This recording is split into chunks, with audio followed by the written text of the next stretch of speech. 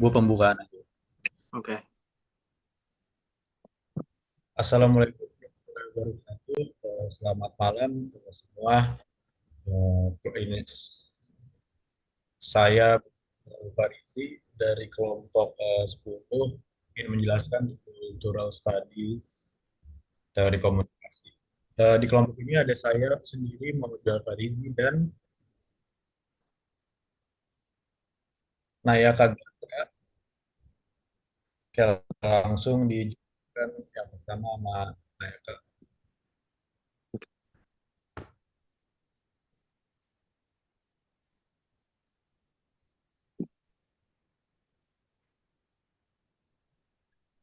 Oke.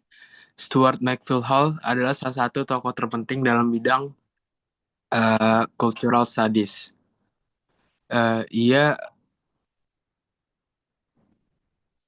ia pindah ke Inggris tahun 1951 dan mendirikan New Life Review pada 1950-an. Hall bergabung dengan Pusat Kajian Budaya Kontemporer di Universitas Birmingham pada 1964 dan menjadi direktur pada 1972 hingga 1979. Next.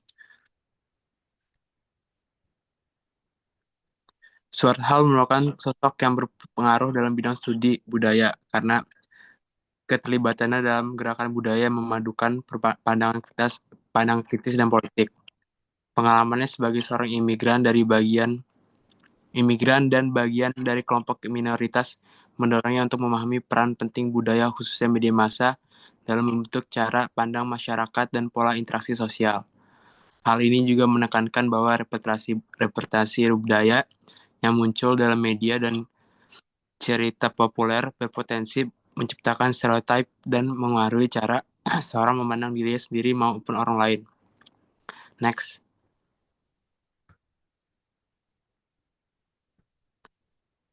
Stuart Hall menilai bahwa media besar mendukung kekuasaan orang kaya dan melemahkan yang miskin. Ia mengkritik penelitian media yang tidak punya arti biologi, karena menurutnya setiap teori pasti punya tujuan tertentu. Hall percaya bahwa komunikasi dan budaya tidak bisa dipisahkan, dan kajian media harus melihat konflik kekuasaan yang tersembunyi. Ia lebih memilih istilah kajian budaya, karena fokusnya adalah pada perjuangan makna dan ketimpangan kekuasaan dalam rakyat. Next. Uh, Ini gue ya. ya, Selanjutnya saya hegemoni Marxisme tanpa jaminan. Stuart Hall memakai pendekatan yang ia sebut Marxisme tanpa jaminan. Artinya ia mengambil ide Marx tentang uang dan kekuasaan, tapi dengan menggunakan cara yang lebih fleksibel. Hal menggunakan pendekatan ini untuk menjelaskan kenapa revolusi seperti yang diprediksi oleh Marx itu tidak terjadi.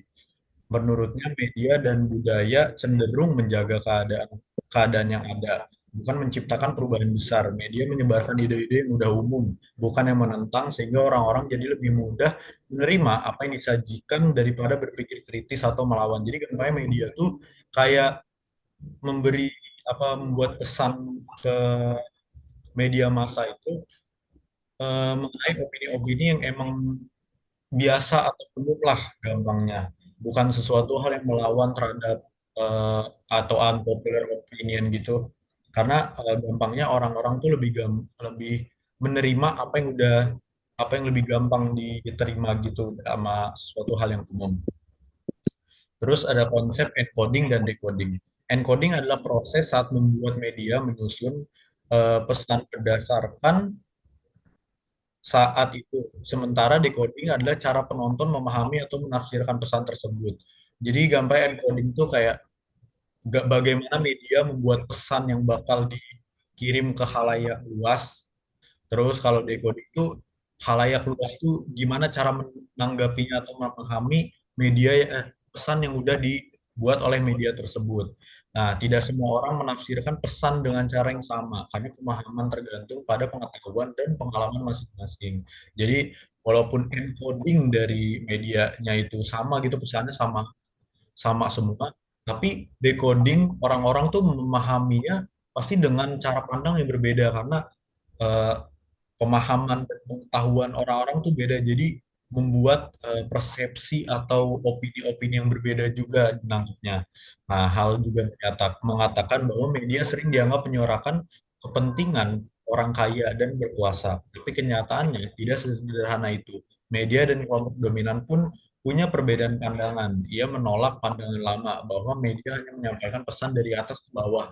Menurutnya, pembuat media adalah produsen makna dan penonton juga punya peran aktif dalam menafsirkan makna tersebut. Jadi walaupun media itu buat sebuah pesan, tapi penonton atau pemirsa yang lihat juga dan bisa mengutarakan pendapatnya juga jadi peran aktif dalam penafsiran makna tersebut. Selanjutnya ada pengkodean berita. Hal menjelaskan bahwa berita sering berasal dari orang-orang berkuasa karena keterbatasan waktu dan biaya. Wartawan tuh cenderung menggunakan informasi yang siap pakai dari pemerintah atau perusahaan besar, sehingga media sering menampilkan pandangan dari kelompok elit dan mengabaikan suara dari masyarakat biasa. Ya, udah pastilah ini media tuh udah lebih gampangnya paling condong untuk membuat sebuah berita itu dari orang-orang yang penting berpuasa gitu karena keterbatasan waktu dan masalah biaya juga dibanding rakyat kecil gitu. Terus kedua ada decoding pesan media. Hal menyebutkan ada tiga cara penonton memahami pesan media. Yang pertama tuh dominan hegemonik. Penonton setuju dan menerima pesan sesuai maksud pembuatnya. Jadi gampangnya kayak contohnya tuh media ini bilang satu tambah satu sama dengan dua dan penontonnya tuh setuju udah sama yang dimaksud dari pesannya itu satu sama satu tambah satu ya sama dengan dua gitu. Terus yang kedua tuh negotiated. Penonton setuju sebagian, tapi juga menyesuaikan dengan pandangan pribadinya.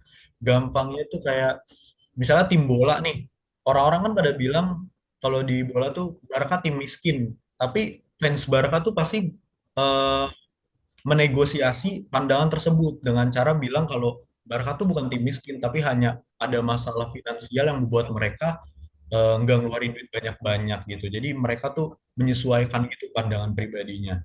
Terus yang ketiga itu ada oposional, penonton menolak dan menafsirkan pesan dengan cara yang berlawanan, biasanya karena berpikir kritis.